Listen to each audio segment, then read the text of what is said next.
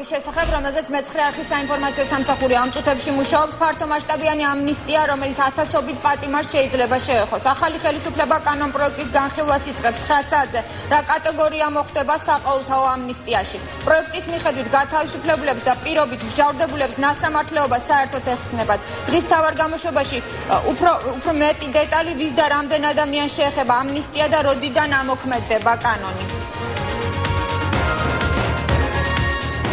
რატომ გადაიყვანეს ბაჩო ახალაია გუდანის ციხიდან ორთაჭალაში? სოზარ სუბარი ამ გადაწყვეტილებას მისი ყოფილი კოლეგის უსაფრთხოებით ხსნის, თუმცა თავად ახალაია ქურდების გვერდით საკანში ჭდომას აპროტესტებს და მატროსოვის ციხეს ითხოვს. სად უფრო უსაფრთხოა ახალაიას მოთავსება, ყოფილი პოლიციელების თუ ეგრეთ წოდებული კანონიერი ქურდების გვერდით? 9 საათზე სად და რა პირობებში ზის ყოფილი მინისტრი?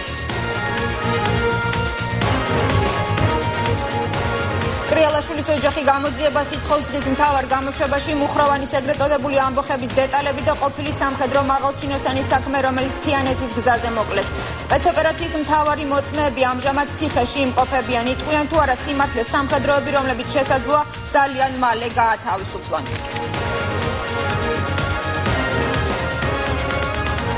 რასმუსენი ქართველებს თხოვს Facebook-ზე კომენტარები ინგლისურად ან ფრანგულად დატოვონ. რა განაცხადა ნატოს გენერალურმა მდივანმა ბიძინა ივანიშვილთან შეხვედრის შემდეგ და არის თუ არა ის კვლავ შეშფოთებული საქართველოში დაპატიმრებული რამდენიმე მაღალჩინოსანის გამო. დღის მთავარ გამოშვებაში რეპორტაჟი და პირდაპირი ჩართვა ბრიუსელიდან და რასმუსენისა და ივანიშვილის ერთობლივი პრესკონფერენცია.